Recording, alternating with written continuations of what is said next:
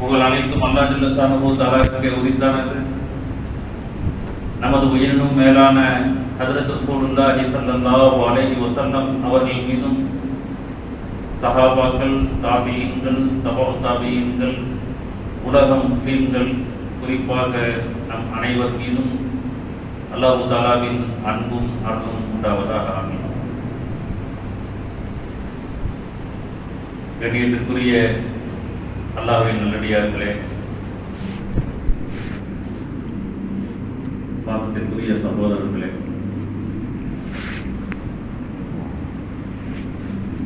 நம்மை படைத்த ரப்புல் ஆலமீன் அவன் எஜமானனாக இருக்கிறான். எல்லா வகையான ஆற்றலுக்கும் சொந்தக்காரன், சர்வசக்தன். நாமோ அடிமைகள். எஜமானனாகிய அல்லாஹ் அடிமைகளாகிய நம்மிடம் எதை எதிர்பார்க்கிறான்?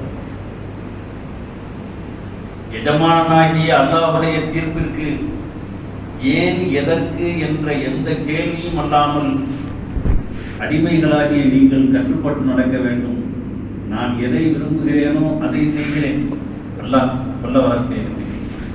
அவன் விருப்பப்படி அவன் செய்கிறான். அடியார்களாகிய நாம் அப்படியே புரிந்து கொள்ள வேண்டும்.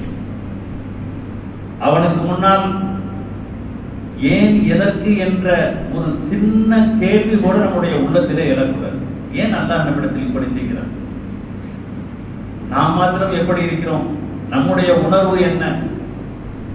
நமக்கு கீழே பணிபுரியக்கூடியவர்கள் நாம் எதையெல்லாம் சொல்கிறோமோ அதையெல்லாம் அவர்கள் அப்படியே செய்ய வேண்டும் என்று எதிர்பார்க்கிறோம். இதற்கிடையில் நாம் அவர்களுடைய தேவைகளின் ஒரு பகுதியை நிறைவேற்றுவதற்காக ஒரு சிறிதளவு சன்மானம், சம்பளம் கொடுக்கிறோம். அந்த சம்பளம் கொடுத்த உடனேயே நமக்கு மிகப்பெரிய உரிமை வந்து விடுகிறது அவர் விஷயத்தில். நாம் எதை சொன்னாலும் அவர் அப்படியே கேட்க வேண்டும். முகம் சுளிப்போடு அவருக்கு வரக்கூடாது என்றெல்லாம் நம்முடைய பணியாளர்களுடைய விஷயத்தில், நமக்கு கீழுள்ளவர்களுடைய விஷயத்தில் நாம் எதிர்பார்க்கிறோம். படைத்த ரப்புல் ஆலமீன் அடியார்களிடத்தில் எதை எதிர்பார்க்கிறான் எனில், அவன் எதை தீர்ப்பு செய்கிறானோ, நம் விஷயத்தில் எதை எழுதி இருக்கிறானோ அதை அல்ஹம்துலில்லாஹ் என்ற முழு மனதோடு ஏற்றுக்கொள்ள வேண்டும். ஒரு முகச்சுளிப்போடு நமக்கு வரக்கூடாது. அல்லாஹ் எதை நாடுகிறானோ அதெல்லாம் நம்முடைய நன்மைக்காக மட்டுமே இருக்கு. மனிதர்களாகிய நாம் சுயநலக்காரர்கள். நம்முடைய சுயநலத்திற்காக மட்டுமே சில சமயம் நாம் பார்க்கக்கூடியவர்களாக இருப்போம். ஆனால் படைத்த ரப்புல் ஆலமீன் அப்படி இல்லை. அவன் ஹக்கீம். அவனுடைய ஒவ்வொரு செயலுக்கு பின்னாலும் ஹிக்மத் மறைந்திருக்கு. நாம் அவனுடைய ஹிக்மத்து என்னவென்று, அவனுடைய உள்ளார்ந்த நிலை என்னவென்று நமக்கு தெரியாமல் இருக்கலாம். ஆனால் அவன் செய்கின்ற ஒவ்வொரு செயலுக்கு பிறகும் ஒரு ஹிக்மத் மறைந்திருக்கு. எனவே அடியார்களாகிய நம்முடைய பொறுப்பு என்ன? அல்லாஹ் ரசூலுடைய தீர்ப்பை முழுமையாக ஏற்றுக்கொண்டு செயல்பட வேண்டும். அப்போதுதான் நம்முடைய உள்ளத்திலே ஈமான் இருக்கும். وما كان للمؤمن ولا مؤمنة إذا قضى الله ورسوله أمرا أن يكون لهم الخيرة من أمرهم. எந்த ஒரு முஃமினான ஆணுக்கோ பெண்ணுக்கோ அல்லாஹ்வுடைய ரசூலுல்லாஹி ஸல்லல்லாஹு அலைஹி வஸல்லம் அவர்கள் இப்படித்தான் நடக்க வேண்டும் என்று தீர்ப்பு செய்திருவார்களேயானால் அங்கே தங்களுடைய சுய அபிப்பிராயத்தை புகுத்துவதற்கு அனுமதி இல்லை. ஏன் இப்படி எல்லாம் இருக்கிறது மார்க்கத்தில் என்றெல்லாம் யோசிக்க கூட நமக்கு அனுமதி இல்லை. ஒரு இடத்தில் அல்லாஹ் இப்படி சொல்கிறான், فَلَا وَرَبِّكَ لَا يُؤْمِنُونَ حَتَّى يُحَكِّمُوكَ فِيمَا شَجَرَ بَيْنَهُمْ ثُمَّ لَا يَجِدُوا فِي أَنفُسِهِمْ حَرَجًا مِمَّا قَضَيْتَ وَيُسَلِّمُوا تَسْلِيمًا. சில மனிதர்கள் இருக்கிறார்கள், அவர்கள் எல்லாம் மூமின்களாக ஆகுவதற்கான சாத்தியக்கூறே கிடையாது. சாத்தியமே கிடையாது. வரப்பிக், தாங்களுடைய இரட்சகரின் மீது ஆணையாக நபியை பார்த்து சொல்கிறான், லா யுமினூன், இந்த தன்மையுடையவர்கள் எல்லாம் மூமின்களாக ஆக முடியாது. யார்? அல்லாஹ்வுடைய பாணி அப்படித்தான் இருக்கும். குர்ஆனுடைய பாணி விஷயத்தை சொல்லிவிட்டு, தீர்ப்பை சொல்லிவிட்டு பின்னால் விஷயத்தை சொல்லும். இவர்கள் எல்லாம் மூமின்களாக ஆகுவதற்கு சாத்தியமே இல்லை என்று சொல்லிவிட்டு பிறகு விஷயத்தை சொல்கிறார். ஹத்தா யுஹக்கிமூக ஃபீமா ஷஜர பைனகும், தங்களுக்கு மத்தியில் ஏற்படக்கூடிய பிரச்சனைகளுக்கெல்லாம் நபியாகிய தாங்களை நீதிபதியாக ஆக்கியதற்கு பிறகு சும்மலா யஜிது ஃபீ அன்ஃபுஸிஹிம் ஹர்ஜன் மிம்மா கதைத், தாங்கள் எதை தீர்ப்பாக சொல்கிறீர்களோ அந்த தீர்ப்புடைய விஷயத்தில் அவருடைய உள்ளத்தில் எந்த வகையான கஷ்டத்தையும் உணராமல் யுஸல்லிமு தஸ்லீமா, அப்படியே ஏற்றுக்கொள்ளவில்லையானால் அவர்கள் மூமின்களாக ஆக முடியாது. ஏற்றுக்கொள்ளவில்லையானால் மூமின்களாக ஆக முடியாது. அப்படி என்றால் ஒரு மூமின் எப்படி இருக்க வேண்டும்? அல்லாஹ்வுடைய ரசூலுடைய தீர்ப்பை அப்படியே முழு மனதோடு ஏற்றுக்கொள்ள வேண்டும். தன் விஷயத்தில் தீர்ப்பளித்தாலும் சரிதான், தன்னுடைய குடும்பத்தினுடைய விஷயத்தில் தீர்ப்பளித்தாலும் சரிதான், தன்னுடைய பொருளாதார விஷயத்தில் அல்லாஹ் நமக்கு எழுதப்பட்ட விஷயமாக இருந்தாலும் சரிதான், அல்லாஹ்விற்கு முன்னால் நாம் சரணடைந்திட வேண்டும். அல்லாஹ் அக்பர், கையை தூக்கிட வேண்டியது. யாரா நீதான் பெரியவன், உனக்கு முன்னால் நான் சரணடைகிறேன். நீ எனக்கு எதை எழுதினாயோ, இன்னல்லாஹ கதவ மகாதிரல் ஹலாயிக கப்ல அன் யக்லுக ஸமாவாதி வல் அர்த பி 50000 சனா, வானம் பூமியை படைப்பதற்கு 50000 ஆண்டுகளுக்கு முன்பே படைப்பினங்களுடைய விதிகளை அல்லாஹ் எழுதி முடித்து விட்டான். அந்த பேனாவும் காய்ந்து விட்டது. நம்முடைய விஷயத்தில் எதை எழுதினால் என்ன? வல்லிலா பில் கத்ர், விதியை அப்படியே பொருந்திக் கொள்ள வேண்டும். அது நம் விஷயத்தில் எழுதப்பட்ட விதியாக இருக்கட்டும், நம் பிள்ளைகளுடைய விஷயத்தில் எழுதப்பட்ட விதியாக இருக்கட்டும், நம்முடைய வருமான விஷயத்தில் எழுதப்பட்ட விதியாக இருக்கட்டும், இன்னும் நம்முடைய வாழ்வியலில் எந்த அங்கத்தில் எழுதப்பட்ட விதியாக இருக்கட்டும், விதியை அப்படியே ஏற்றுக்கொள்ள வேண்டும். சரி, ஏற்றுக்கொள்வது என்பது என்ன? அல்லாஹ்வின் மீது அல்லாஹ் நம் விஷயத்தில் நல்லதை நாடுகிறான் என்று அவன் மீது புகழ்ந்து, அவனை புகழ்ந்து சொல்ல போனால் அல்ஹம்துலில்லாஹ் என்பது வெறுமனே நல்ல பாக்கியத்தை அடையும் போது மட்டுமல்ல, அல்ஹம்துலில்லாஹ் என்பது அலா குல்லி ஹால், எல்லா நிலையிலும் யா அல்லாஹ் நீ என் மீது எதை எழுதி இருக்கிறாயோ உனக்கே எல்லா புகழும். இப்படிப்பட்ட அடியாருடைய விஷயத்தில் அல்லாஹ் அளவு கடந்த ஆனந்தப்படுகிறான், சந்தோஷப்படுகிறான். ஹைர் அல்ஹம்துலில்லாஹ், படைத்த ரப்பல் ஆலமீன் நான் ஆரம்பத்தில் ஓதிய வசனத்தில் 3 கட்டளைகளும் 3 தடைகளும் விதிக்கிறான். 3 கட்டளைகள், அந்த 3 கட்டளையில எல்லாம் அடங்கிருச்சு. 3 தடைகளிலும் எல்லாம் அடங்கிவிட்டது. பாருங்கள், அல்லாஹ் சொல்கிறான், இன்னல்லாஹ யஅமுரு பில் அத்லி வல் இஹ்சான் வ ஈதாஇ தில் குர்பா. 3 விஷயம். இன்னல்லாஹ யஅமுரு பில் அத்லி வல் இஹ்சான் வ ஈதாஇ தில் குர்பா. அல்லாஹ் உங்களுக்கு ஏவுகிறான், உங்களுக்கு கட்டளையிடுகிறான். அப்படியானால் யா அல்லாஹ் உன்னுடைய கட்டளைக்கு முன்னால் நாங்கள் சரணடைகிறோம், அப்படியே ஏற்றுக்கொள்கிறோம், எங்களுடைய வாழ்க்கையில் கொண்டு வருகின்றோம். கையை தூக்கிட வேண்டியதுதான், சரணடைய வேண்டியதுதான். யா அல்லாஹ் நீ எதை கட்டளையிட்டாலும் சரிதான், நாங்கள் ஏற்றுக்கொள்வதற்கு தயார். எந்த அளவிற்கெனில் அதை நாங்கள் இயற்கையான பிரியமாக ஆக்கிக்கொண்டு ஏற்றுக்கொள்வதற்கு தயார். ஒரு தாகம் வருது, தண்ணீரின் மீது எப்படி ஒரு இயற்கையான பிரியம் ஏற்படுகிறதோ, ஒரு பசி வருகிறது, உணவின் மீது எப்படி ஒரு இயற்கையான பிரியம் ஏற்படுகிறதோ, உடம்பு வேர்க்கிறது, குளுமையான பகுதியின்பால் உடல் எப்படி இயற்கையாக தேவைப்படுகிறதோ, அதுபோல அல்லாஹ்வுடைய கட்டளையை, அல்லாஹ்வுடைய ரசூலுடைய கட்டளையை, லா யுமினு அஹதுக்கும் ஹத்தா யகுன ஹவாஹு தபஅன் லிமா ஜித்து பிஹி, உங்களில் ஒருவருக்கு நான் கொண்டு வந்த ஷரியத் அவருக்கு இயற்கையான பிரியமாக ஆனால் மட்டும்தான் மூமினாக ஆக முடியும். ஷரியத் என்பது பேருக்காக, புகழுக்காக, பிறர் பார்ப்பதற்காக என்று மாத்திரம் செய்வது அல்ல. நபியினுடைய கட்டளையையும் அல்லாஹ்வுடைய கட்டளையும் செயல்படுத்துவது என்பது இயற்கையான விருப்பத்தோடு செய்ய வேண்டும், விருப்பம் வர வேண்டும். பாசத்திற்குரியவர்களே, அல்லாஹ் நமக்கு இடக்கூடிய அந்த 3 கட்டளையாது நாம் இயற்கையான விருப்பத்தோடு செயல்படுவதற்கு தயாராக இருக்க வேண்டிய அந்த 3 கட்டளையாது. இன்னல்லாஹ யஅமுரு பில் அத்ல், அல்லாஹ் உங்களிடத்திலே நீதியை எதிர்பார்க்கிறான். வலியவர் எளியவர் என்று பாகுபாடு பார்க்கிறீர்கள். உங்களுக்கு கீழ் உள்ளவருடைய விஷயத்தில் உங்களுக்கு ஒரு பொறுப்பு கொடுக்கப்பட்டிருக்கிறது. யார் வலு உள்ளவர் அவருக்கு சற்று நாம் மறைந்து கொடுக்கலாம், யார் எளியவர் அவரிடத்தில் ஆதிக்கம் செலுத்தலாம், யார் பணபலம் உள்ளவர் அவருக்கு நாம் மறைந்து கொடுக்கலாம், யார் பணபலம் குன்றியவர் வலியவர் அவரிடத்திலே நாம் அதிகாரத்தை காட்டலாம் என்றெல்லாம் கிடையாது. இன்னல்லாஹ யஅமுரு பில் அத்ல், அல்லாஹ் உங்களிடத்தில் நீதியை உத்தரவிடுகிறார். உங்களுடைய வாழ்க்கையில் உங்களுக்கு கீழுள்ளவருடைய விஷயத்தில் நீதியோடு நடக்க வேண்டும் என்று உத்தரவிடுகிறார். அந்த நீதிக்கு முன்னால் உங்களுடைய கோப தாபங்களை எல்லாம் தனியாக தூக்கி வைத்து விடுங்கள். வலா யஜ்ரி மன்னக்கும் ஷரானு கௌமின் அலா அல்லா தஅதிலு யஅதிலுஹு அக்ரபு லித்தக்வா. ஒரு சாதாரண மீது இருக்கக்கூடிய கோபதாபம், ஒரு சாதாரண மீது இருக்கக்கூடிய வெறுப்புணர்ச்சி உங்களிடத்தில் நீதம் செலுத்தாதிருக்கக்கூடிய நிலையை ஏற்படுத்திட வேண்டும். எல்லா நிலையிலும் நீதம் என்ற நடுநிலையை நீங்கள் தவறவிடாது. உங்களை பொறுத்தவரைக்கும் விஷயத்தை முன்னிறுத்தி இதிலே யார் பக்கம் சரி ஹக் இருக்கிறது, யார் பக்கம் பாத்தில் தவறு இருக்கிறது என்ற நிலையை பார்த்து சரியானவருடைய விஷயத்தில் தான் உங்களுடைய தீர்ப்பு இருக்க வேண்டுமே தவிர அசத்தியவாதிகளுக்கு பாத்திலான விஷயங்களுக்கு நீங்கள் வளைந்து கொடுப்பவர்களாக ஒரு காலம் இருக்கக்கூடாது. உங்களுக்கு கீழுள்ளவருடைய விஷயத்தில் மிக நேர்மையாக நீதியாக நீங்கள் நடந்து கொள்ளுங்கள். இன்னல்லாஹ யஅமுரு பில் அத்ல். அத்ல் என்பதிலே நிறைந்த விளக்கம் இருக்கிறது. நடுநிலையை கையாள்வதும் அத்ல் என்பது. நீ நடுநிலையாக ஒரு விஷயத்தில் நடந்து கொள்வதும் அதுவும் அதிலே கட்டுப்படும். நம்முடைய பொருளாதார விஷயம் அதிலே நடுநிலையாக நடந்து கொள்வது, நம்முடைய ஒவ்வொரு உறுப்புகளையும் அதை எப்படி பாவிக்க வேண்டுமோ அப்படி பாவிப்பது, இதுவும் அந்த நேர்மையிலே கட்டுப்படும், அந்த நீதியிலே கட்டுப்படும். ஒவ்வொரு உறுப்புகளையும் எப்படி பயன்படுத்த வேண்டுமோ அப்படி பயன்படுத்தினால் அந்த உறுப்புகளுடைய விஷயத்தில் நாம் நீதி செலுத்தினோம் என்பது பொருள். இல்லை என்றால் அந்த உறுப்புகளுடைய விஷயத்தில் நாம் நீதி செலுத்தவில்லை.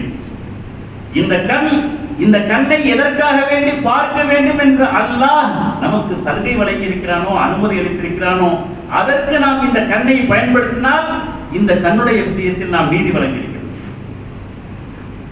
ஒவ்வொரு உறுப்புகளுடைய விஷயம் அப்படித்தான். இந்த நாவுடைய விஷயத்தில் அல்லாஹ் எதற்காக வேண்டி இந்த நாவை பயன்படுத்துவதற்கு நமக்கு சலுகை வழங்கி இருக்கிறானோ அதற்கு இந்த நாவை பயன்படுத்தினால் இந்த நாவுடைய விஷயத்தில் நாம் நீதியாக நடந்து கொண்டோம் என்பது போல். பாசத்திற்குரியவர்களே, நீதி என்பதில் ஒவ்வொரு உறுப்புகளையும் எப்படி பயன்படுத்த வேண்டுமோ அப்படி பயன்படுத்துவதும் அந்த நீதியில் கட்டுப்பட்டதுதான். நம் வாழ்க்கையின் பெரும் பகுதி நீதியிலேயே வருகிறது. நம்முடைய குழந்தைகளுடைய விஷயத்தில் நீதியோடு நடந்து கொள்வது. இத்தகுல்லாஹ் வஅதிலு ஃபீ அவுலாதிக்கும். அல்லாஹ்வை அஞ்சிக் கொள்ளுங்கள், உங்களுடைய குழந்தைகளுடைய விஷயத்தில் ஏற்றத்தாழ்வு கற்பிக்காதீர்கள், நீதியோடு நடந்து கொள்ளுங்கள். குழந்தைகளுடைய விஷயத்தில் ஏற்றத்தாழ்வு கற்பிப்பீர்களேயானால் அதற்குள்ள அத்துணை பிரச்சனைகளையும் பிறகு நீங்கள் சந்திக்க நேரிடும். அல்லாஹ் தஆலா நபிமார்களுடைய விஷயத்தை, சில விஷயத்தை சொல்வது இப்படி நடக்க வேண்டும் என்பதற்காக சொல்லி காட்டுகிறான். சில விஷயத்தை சொல்வதில் இப்படி நடந்தால் அவர்கள் எந்தெந்த பிரச்சனைக்கு ஆளானார்களோ அதே பிரச்சனை உங்களுடைய வாழ்க்கையிலும் ஏற்படும், ஜாக்கிரதையாக இருங்கள். ஹஜ்ரத் யாக்கூப் அலைஹிஸ்ஸலாத்து வஸலாம் அவர்கள் தங்களுடைய பிள்ளைகளுடைய விஷயத்தில் கூடுதலாக ஹஜ்ரத் யூசுப் அலைஹிஸ்ஸலாத்து வஸலாம் அவரிடத்தில் பிரியம் செலுத்தினார். அந்த பிரியம் மிக கூடுதலாக ஆகும்போது சகோதரர்களுக்கு மத்தியில் பொறாமை ஏற்படுகிறது. எந்த அளவிற்கு பொறாமை எனில் ஹஜ்ரத் யூசுப் அலைஹிஸ்ஸலாத்து வஸலாம் அவர்களை கொலை செய்வதற்கும் அவர்கள் தயங்கவில்லை. அந்த கடைசி கட்டம் வரையும் அவர்கள் சென்று விட்டார்கள். இந்த நிலைக்கு ஆளானதற்கான காரணம் என்ன? குழந்தைகளுடைய விஷயத்தில் குழந்தைகளுக்கு தெரியும்படியாக நீங்கள் ஏற்றத்தாழ்வு கற்பிக்காது. ஒரு பொருள் வாங்கி வந்தால் மார்க்கப்படி ஆண் பிள்ளை பெண் பிள்ளை என்றெல்லாம் வித்தியாசம் கிடையாது. நம்முடைய ஹயாத்தோடு ஒரு சட்டத்தையும் சேர்த்து சொல்கிறேன். ஹயாத்தோடு யாராவது ஒருவர் சொத்துக்களை பிரிக்க வேண்டும் என்று விரும்பினால் ஆம்பளை பிள்ளைக்கு எவ்வளவோ அதே அளவுதான் பொம்பளை பிள்ளைக்கு. ஆம்பளை பிள்ளைக்கு 2 பாகம், பொம்பளை பிள்ளைக்கு 1 பாகம் என்பது ஹயாத்தோடு இருக்கும் போது பிரிப்பதற்கு அல்ல. நான் ஆம்பளை பிள்ளைக்கு 2 ஆப்பிள் வாங்க போறேன், பொம்பளை பிள்ளைக்கு 1 ஆப்பிள் வாங்க போறேன் இல்ல. ஆம்பளை பிள்ளைக்கு என்ன பொருளோ அதே அளவுதான் பெண் பிள்ளைக்கும். அப்படியானால் 2 1 அப்படின்னு ஆகிறது. ஆம்பளைக்கு 2 பொம்பளைக்கு 1ங்கிறது நீங்கள் மரணமானதற்கு பிறகு அல்லாஹ் பிரித்து வைக்கக்கூடிய சொத்தினுடைய அமைப்பு. அதற்கு காரணம் பல ஹிக்மத்துகள் இருக்கிறது. அதை இப்போது சொல்வதற்கு அல்ல, அதற்கான நேரமும். அதற்கு காரணம் பல்வேறு வகையான காரணம்.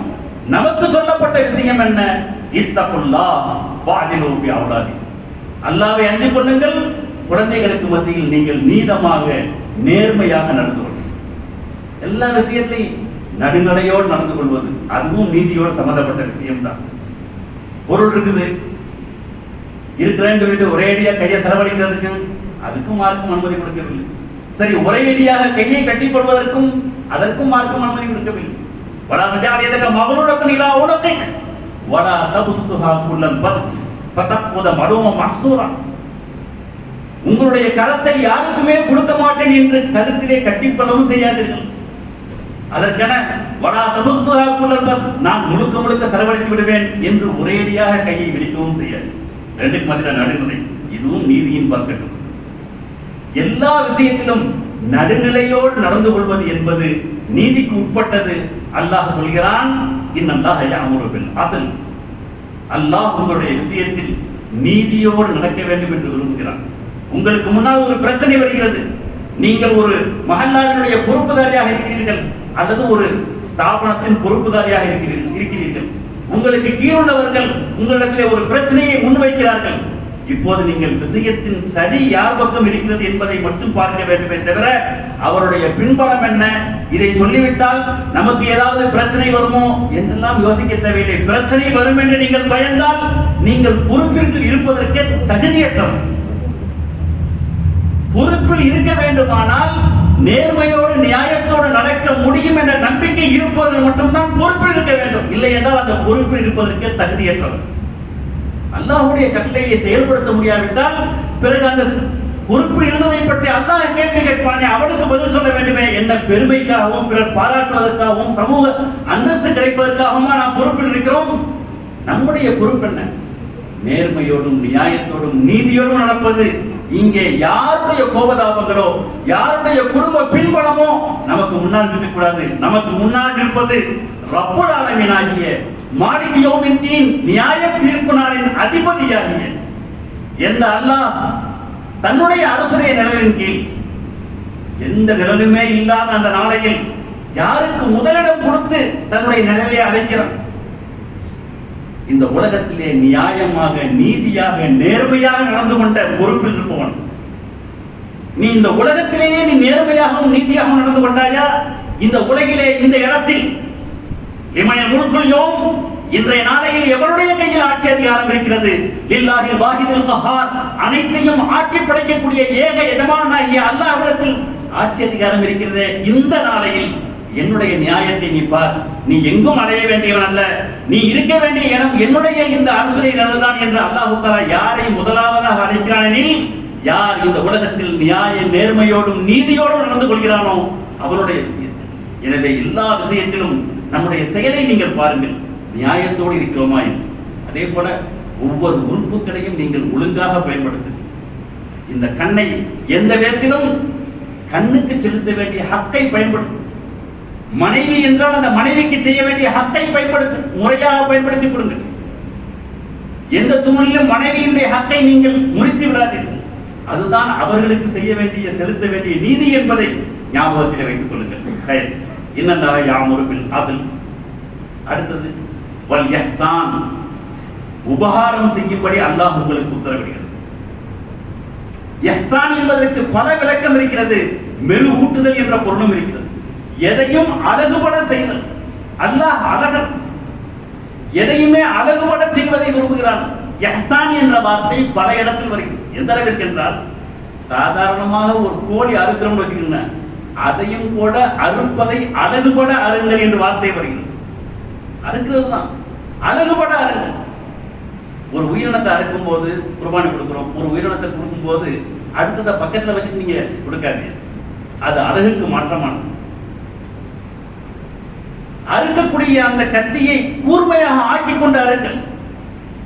அதற்கு சிரமம் கொடுக்காது. அதுக்கு ரூஹு போறதுக்கான என்ன முறையோ அந்த முறையை இலகுவான முறையில் போவதற்கான வழியை ஏற்படுத்துங்கள். மொட்டையா வச்சுக்கிறாங்க. இது எல்லாம் இஹ்சானிலே கட்டப்படும். இஹ்சான் என்பதற்கு நிறைந்த விளக்கம். ஒவ்வொன்றையும் அழகுபட செய்யும். எப்படிங்க தொழுகை அழகுபட செய்வது? என்ன தொழுகையை அழகுபட செய்வது? பிறருக்கு கொடுக்கக்கூடிய உபகாரம், அவன் எதிரியாக இருந்தாலும் சரிதான். அவன் கஷ்டப்படுறான் என்று சொன்னால் உடனடியாக உதவி செய்வதற்கு முனையுங்கள். அவன் எதிரிட்டு பார்க்க. ஒரு முஃமின் எந்த நேரத்திலும் பிறருக்கு உபகாரியாக இருப்பான். அவன் எதிரியாக இருந்தாலும் சரிதான். அஹ்சின் இலாமன் அஸாயிலை, மார்க்கம் சொல்லித் தருகிறது, உமக்கு நோவினை செய்தவனுக்கு கூட நீங்கள் உபகாரம் செய், இஹ்சான் செய். உனக்கு அவன் நோவினை தான் செய்தான், ஆனாலும் பரவாயில்லை, உம்முடைய பொறுப்பு நீ இஹ்சான். அவனுக்கு அழகுபட செய்யக்கூடிய காரியம் என்ன? உபகாரம் செய். மார்க்கம் அற்புதமான முறையை நமக்கு கற்றுத் தருகிறது. இஹ்சான் என்றால் நம்முடைய வாழ்க்கையின் எல்லா செயலிலும் அழகுபட செய்தல், மெருகூட்டி செய்தல். தொழுகையை எப்படி மெருகூட்டுறது? நம்முடைய வணக்க வழிபாடுகளை எப்படி மெருகூட்டுதல்? ஹஜ்ரத் ரசூலுல்லாஹி ஸல்லல்லாஹு அலைஹி வஸல்லம் ஜிப்ரீல் அலைஹிஸ்ஸலாத்து வஸலாம் அவர்களுக்குரிய பதிலிலே சொல்லும்போது அக்பிரனி அனில் இஹ்சான், இஹ்சான் என்றால் என்ன என்பதை விவரியுங்கள் என்று கேட்கும்போது ஹஜ்ரத் ரசூலுல்லாஹி ஸல்லல்லாஹு அலைஹி வஸல்லம் சொன்ன பதில் அன் தஅபுதல்லாஹ் கஅன்னக தரா ஃபஇல்லம் தகுன் தராஹு ஃபஇன்னஹு யராக். உங்களுடைய வணக்க வழிபாடுகள் எல்லாம் அல்லாஹ்வை நீங்கள் முன்னிறுத்துங்கள். அல்லாஹ்வை நீங்க நேரடியாக பார்க்கிற மாதிரி வணங்குங்க. நீங்கள் நேரடியாக அல்லாஹ்வை பார்க்காவிட்டாலும் அல்லாஹ் நம்மை பார்க்கிறான் என்ற உணர்வை கொண்டு வந்து வணங்குங்கள். அல்லாஹ் நம்மளை பார்க்கிறான், நம்முடைய ஒவ்வொரு செயலையும் உற்று நோக்குகிறான். ஃபமை யாமல் மிஸ்கால தர்ரத்தின் கைரன் யரா வமை யாமல் மிஸ்கால தர்ரத்தின் ஷர்ரன் யரா. அளவு நாம் செய்யக்கூடிய நன்மையையும் அதற்கான கூலியை தருவதற்கு அவனே தயாராக இருக்கிறான். இந்த உலகத்துல ஒருத்தர் ரொம்ப விசுவாசமா இருக்கலாம் தன்னுடைய முதலாளிக்கு, திடீரென அவனுக்கு ஏற்பட்ட உடல்நலக் குறைவோ ஒரு களைப்பின் காரணமாக அந்த நேரத்தில் வேலை செய்யாம கொஞ்ச நேரம் அசதிக்காக வேண்டி கொஞ்சம் கையை கால வளர்ச்சிக்கிட்டு நின்றுருப்போம். அந்த நேரத்தில் தற்செயலாக முதலாளி வருகிறார். அதுக்கு முன்னாடி வரை கரெக்டா வேலை பார்த்தோம். ஆனால் அவர் முதலாளி வர நேரத்தில் மட்டும் அவனுடைய உடலுடைய சோம்பல் முறிப்பை ஏற்படுத்தி கொண்டான். முதலாளி என்ன பாரு, இவ்வளவு நேரம் இப்படித்தான் வெட்டியா இருந்தான். ஆனால் நம்முடைய படைத்த ரப்பல் ஆலமீன் அளவு நாம் செய்யக்கூடிய நன்மையும் ஒவ்வொரு வினாடியும் நாம் செய்யக்கூடிய நன்மைக்கும் அல்லாஹ் தஆலா கூலியை குறைக்கவே மாட்டான். எல்லாத்தையும் பார்த்து கொண்டிருக்கிறான். உங்களுடைய வணக்கம் அல்லாஹ்வை பார்ப்பதை போன்று வணங்குங்கள். அதனாலதான் யாருக்காவது உபகாரம் பண்ணோம்னா உபகாரம் பண்ணுவனுடைய முகத்தை பார்க்க கூடாது. நாம் யாருக்கு உபகாரம் செய்கிறோமோ அங்கே அல்லாஹ்வை பார்க்க வேண்டும். எப்படி அல்லாஹ் தஆலா கியாமத் நாளில் என்னுடைய அடியானே நான் இடத்தில் உணவு கேட்டு வந்தேனே, நீ எனக்கு உணவு கொடுக்கவில்லையே, நீ எப்ப உணவு கேட்டு வந்தாய், நீ ரப்பல் ஆலமீன் ஆயிற்றே, இந்த நேரத்தில் இந்த அடியானிடத்தில் உணவு கேட்டு வந்தானே, நீ கொடுத்திருந்தால் அங்கே என்னை பார்த்திருப்பாய் என்று அல்லாஹ் சொல்வதாக நபி ஸல்லல்லாஹு அலைஹி வஸல்லம் சொல்லி காட்டுகிறார்களே. அது போல நாம் யாருக்கு கொடுத்தாலும் சரிதான், அங்கே அவனுடைய முகத்தை பார்க்க கூடாது. முகத்தை பார்த்தா என்னவாகும்? நம்ம பார்க்கும் போதெல்லாம் அவன் எந்திரிச்சு நிற்கணும், அவன் சராந்துடணும், அவன் முகத்தை வளர்ச்சியோட வச்சுக்கணும், நமக்கு அவன் விசுவாசம் காட்டணும். நாமெல்லாம் இன்னமா நுதீமுக்கும் லிவஜ்ஹில்லாஹ் லா நுரீது மின்கும் ஜஸாஅ வலா ஷுக்கூரா. நாங்கள் கொடுத்ததெல்லாம் அல்லாஹ்வுடைய பொருத்தத்தை பெறுவதற்காகத்தானே. அவரிடமிருந்து எந்த பிரதி உபகாரத்தையோ எந்த கூலியையோ நாங்கள் எதிர்பார்க்கவில்லையே என்ற உணர்வு தான் நமக்கு இருக்க வேண்டுமே தவிர, முகத்தை பார்த்தோம்னா என்ன ஞாபகத்துக்கு வரும்? பிரதி உபகாரம் ஞாபகத்திற்கு வரும், பிரதிபலன் ஏதாவது செய்ய வேண்டும் என்பது ஞாபகத்திற்கு வரும். எனவே முகத்தையே பார்க்க தேவையில்லை, கொடுங்க. அல்லாஹ் பார்க்கிறவா நினைச்சு கொடுங்க. அன்தஅபுதல்லாஹ கஅன்னக தரா, அதுதான் இஹ்சான். நமக்கு எந்த விளம்பரமும் தேவையில்லை, நமக்கு எந்த பாராட்டு பத்திரமும் தேவையில்லை. அல்லாஹ்வுடைய திருப்பொருத்தம் மட்டுமே போதுமானது. ஃபமன் கான யர்ஜு லிகாஅ ரப்பிஹி ஃபல்யஅமல் அமலன் ஸாலிஹா வலா யுஷ்ரிக் பி இபாதத்தி ரப்பிஹி அஹதா. யாருக்கு ரப்பை சந்திக்க வேண்டும் என்ற ஆசையும் பேராதரவும் இருக்குமோ அவர்கள் தங்களுடைய ரப்புடைய வணக்கத்தில் யாரையும் கூட்டாக்க கூடாது. கூட்டாக்கினால் மன்சல்லா யுராஜி ஃபகத் அஷ்ரக, பார்ப்பதற்காக தொழுதால் அவரும் இணை கற்பித்தவர் தான். ஒமன் சாம யுராஜி ஃபகத் அஷ்ரக், பார்ப்பதற்காக நோன்பு நோற்றால் அவரும் இணை கற்பித்தவர் தான். அப்படியானால் செய்யக்கூடிய வணக்கம் அல்லாஹ்வுடைய பொருத்தம் மட்டும்தான் நோக்கமாக இருக்க வேண்டும். அதுதான் இஹ்சான். இன்னல்லாஹ் யஅமுரு பில் அத்லி வல் இஹ்சான். எல்லாத்துலயும் இஹ்சான் வரும். வாசகக்கூடியவர்களே, உயிருள்ள உயிரற்ற பொருட்கள், ஒரு பூனை, அந்த பூனையுடைய விஷயத்தில் நாம் எப்படி நடந்து கொள்ள வேண்டும்? நம்ம நாய் வளர்க்க மாட்டோம், பக்கத்து வீட்டுக்காரனுடைய நாய், அந்த நாய்களுடைய விஷயத்தில் எப்படி நடக்க வேண்டும் அது உட்பட மார்க்கம் சொல்லி தருகிறது. இதா ரமைத்த கல்வ ஜாரிக பக்கத்து ஆதைத்தா, உங்களுடைய அண்டை வீட்டாரின் நாயை நீங்கள் கல்லால் அடிப்பீர்களே ஆனாலும் அண்டை வீட்டாருக்கு நோவினை செய்த குற்றத்திற்கு நீங்கள் ஆளாகிறீர்கள். மார்க்கம் அற்புதமான மார்க்கம், பரோபகாரத்தின் மார்க்கம், இஹ்சானுடைய மார்க்கம், ஒருவருக்கு ஒருவர் உபகாரம் செய்யக்கூடிய மார்க்கம். உபகாரம் என்பது நம்முடைய ரத்தத்திலே ஊறி இருக்க வேண்டும். கைருன் நாஸி ரஜுலுன் மும்சிக்கும் பி இனானி ஃபரஸிஹி குல்லமா சமிஅ ஹைஅத்தன் தார இலைஹா. மனிதனில் மிகச் சிறந்தவன் யாரெனில் குதிரையின் கடிவாளத்தை எப்பொழுதுமே தயாராக பிடித்து வைத்திருப்பவன். இது அந்த காலத்து உதாரணம். இப்போது உதாரணம் சொல்ல வேண்டுமானால் அவர்களுக்கு இருக்கக்கூடிய 4 வீலரோ 2 வீலரோ பெட்ரோலை ஃபில் பண்ணி வச்சுக்கிட்டு கையில சாவியை ரெடியா வச்சிருக்கிறது. எதற்காக வேண்டி? உள்ளமா சமிய ஹைஅத்தன் தார இலைஹா, எங்கேனும் அபயக்குரல் கேட்குமானால் இது நம்மளிடமிருந்து வந்ததா, மற்றவர்களிடமிருந்து வந்ததா, உறவினரிடமிருந்து வந்ததா, அயலாரிடமிருந்து வந்ததா, நண்பரிடமிருந்து வந்ததா, பகைவரிடமிருந்து வந்ததா என்றெல்லாம் பாகுபாடு பார்க்காமல் விரைந்து சென்று உதவி செய்வானே, இவன் தான் மனிதனில் சிறந்தவன். இஹ்சான், உபகாரம் நம்ம ரத்தத்துல ஊறி போயிருக்கிறது. பிறருக்கு நான் உதவி செய்வதே என்னுடைய பிரதான பணி. உள்ளத்திலேயும் சிந்தனையிலேயும் எப்போதுமே அவருடைய உள்ளத்தில் இருக்க வேண்டிய விஷயம் இஹ்சான். அடுத்து சொல்றான், இஹ்சான் ஒவ்வொன்றையும் ஒரு விரிந்த பொருளை சொல்லிவிட்டு அடுத்து அல்ல சொல்கிறது. அடுத்து காசு, அடுத்து அகஸ், ஆமு காசு அகஸ். ஈதாயிதில் குர்பா, உறவினருடைய விஷயத்தில் மிகுந்த எச்சரிக்கை. நம்முடைய உடல் ஆரோக்கியமாக இருக்க வேண்டும், நம்முடைய ஆயுள் அதிகமாக வேண்டும் என்று யாருக்கெல்லாம் ஆசை இருக்கிறதோ, இதை நான் சொல்லவில்லை, நமது உயிரினும் மேலான ஹஜ்ரத் ரசூலுல்லாஹி ஸல்லல்லாஹு அலைஹி வஸல்லம் சொல்லி காட்டுகிறார்கள். மன் சர்ரஹு அன் யுபஸலஹு ஃபீ ரிஸ்கிஹி வ யும்ஸஅலஹு ஃபீ அஸரிஹி ஃபல்யஸில் ரஹிமா. யாருடைய ஆயுள் அதிகமாக வேண்டும், யாருடைய செல்வ வளம் பெருக வேண்டும் என்ற எண்ணம் இருக்கிறதோ அவர்கள் எல்லாம் தங்களுடைய இன பந்துக்களுடன் இணைந்து வார்கள், உறவினர்களோடு சேர்ந்து வார்கள். நம்மோடு உடன் பிறந்தவர், நம்முடைய தகப்பனோடு உடன் பிறந்தவர், நம்முடைய தாயோடு உடன் பிறந்தவர்கள், இவங்களுடைய அடுத்த தலைமுறை. மார்க்கம் எப்படி வராசத்தில் பிரிக்குதோ, வாரிசுரிமைகளில் எப்படி மார்க்கம் பிடிக்கிறதோ, அந்த அடிப்படையில் நம்முடைய உறவு முறைகள், இந்த உறவு முறைகள் வசித்திருக்கும் போது நாம் வயிறார உண்பது, நாம் செல்வ செழிப்போடு இருப்பது, நமக்கு முன்னாடி கேட்க வைக்கப்படுவாங்க. பிறட்ட போய் பிச்சை எடுக்கிறதுக்கு தயாரா இருப்பாங்க. ஆனா நமக்கு முன்னாடி ஏதோ எல்லாம் நிரப்பமா இருக்கிற மாதிரி காட்டுவாங்க. அது அவங்களுடைய கௌரவத்துக்கு குறைச்ச வராமல் இருக்கிறதுக்காக வேண்டி நடந்து கொள்ளக்கூடிய நடவடிக்கை. ஆனால் நாம் அவர்களுடைய நிலைகளை புரிய வேண்டும். என்ன உபகாரம் செய்ய வேண்டுமோ அந்த உபகாரம் செய்ய வேண்டும். அல்லாஹ் சொல்கிறான், உங்களுக்கு உத்தரவாக இருக்கிறான். எந்த அளவிற்கு எண்ணில் லைலத்துல் இரவுலாம் ரொம்ப ரொம்ப சிறப்பான இரவு, கேட்கிறதையெல்லாம் அல்லாஹ் கொடுக்கிறான். ஆனால் இனபந்துக்களை முறித்து வாழ்வனுடைய விஷயத்தில் அந்த புனித இரவில் கூட இவருடைய துவாவை தட்டி வச்சது, தடுத்து நிறுத்த. புனித இரவுல கூட நெருங்க முடியாது. இனபந்துக்களுடைய பந்தத்துவத்தை முறிப்பவன்.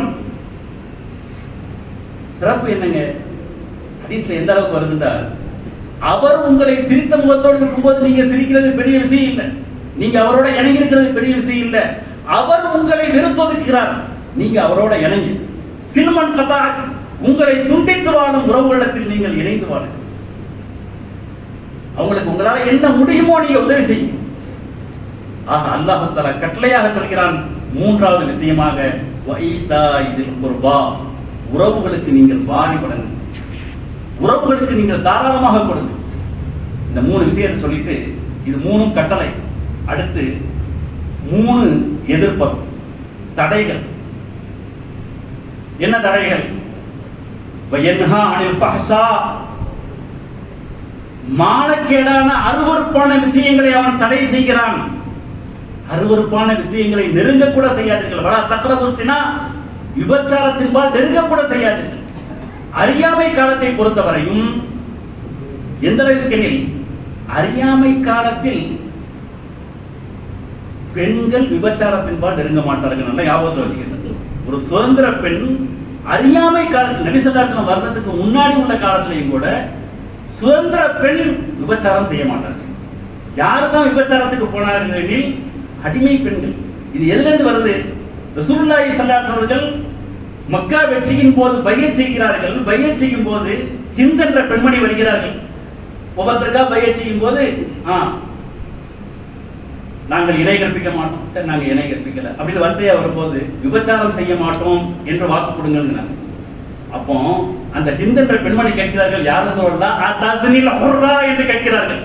ஒரு சுதந்திர பெண்மணி விபச்சாரமும் செய்வாரா? இது எப்படி சாத்தியம் என்று கேட்கிறார்கள். பாசத்திற்குரியவர்களே, ஜாகிலியாக்களுடைய காலத்தில் கூட பெண்மணிகள், சுதந்திர பெண்மணிகள் விபச்சாரத்தின்பால் நெருங்கவில்லை என்றால் நாம் ஏதோ ஒரு காலம் என்று சொல்கிறோம், சிறந்த காலத்தில் இருக்கிறோம் என்று சொல்கிறோம். நம்முடைய நிலை என்ன? அந்நிய பெண்களை ஏறெடுத்து பார்க்காதீர்கள். ஒரு பார்வையை நீங்கள் அடுத்த பார்வையை தொடராதீர்கள்.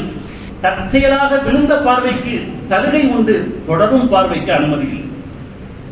யோசிச்சு பாருங்க, ஒரு பெண்ணை நேரடியா பார்க்கிறது, அதுல ஏற்படக்கூடிய வெக்க உணர்ச்சி, இவருக்கு பின்னால என்ன நினைப்பாங்களோண்டு. ஆனால் அதை விட மோசமான விஷயம் நம்முடைய செல்போன்லயோ ஆபாச படங்கள் பார்ப்பது இருக்கிறது. நேர்ல பார்ப்பதை விட மோசமான விஷயம். ஏனெனில் இங்கே அவனை எந்த விதமான குறைத்து மதிப்பதற்கு யாரும் இல்லை. இவன் துணிச்சலோடு பாவம் செய்வதற்கு தயாரான நிலை. அல்லாஹ் எச்சரிக்கிறான், வயன்ஹா அனில் ஃபஹ்ஷா, மானக்கேடான காரியத்தை விட்டும் தவிர்ந்து கொள்ளுங்கள். வல் முன்கர், மார்க்கத்திற்கு முரணான காரியத்தை விட்டும் தவிர்ந்து கொள்ளுங்கள். வல் பகி, யாருக்கும் அநியாயம் அக்கிரமம் செய்யாது. அக்கிரமம் செய்வோர் மன்னிக்காத வரை அல்லாஹ் மன்னிக்க மாட்டான். இத்தக்கு தாவத்தல் மظلوم, அநியாயம் செய்யப்பட்டவருடைய சாபத்திற்கு அஞ்சு கொள்ளுங்கள். ஆக 3 விஷயம் அல்லாஹ்வுடைய கட்டளை, 3 விஷயம் அல்லாஹ்வுடைய தடை. கட்டளையை எடுத்து நடப்பவர்களாகவும் தடைகளை விட்டும் தவிர்த்து நடக்கக்கூடிய உத்தமர்களாகவும் அல்லாஹ்வுடைய அருளை பெற்ற நல்லடியார்களாகவும் வல்ல ரஹ்மான் நம்மை கபூல் செய்வானாக. ஆமீன். வ ஆகிரு தாவானா அல்ஹம்துலில்லாஹி ரப்பில் ஆலமீன். அஸ்ஸலாமு அலைக்கும்.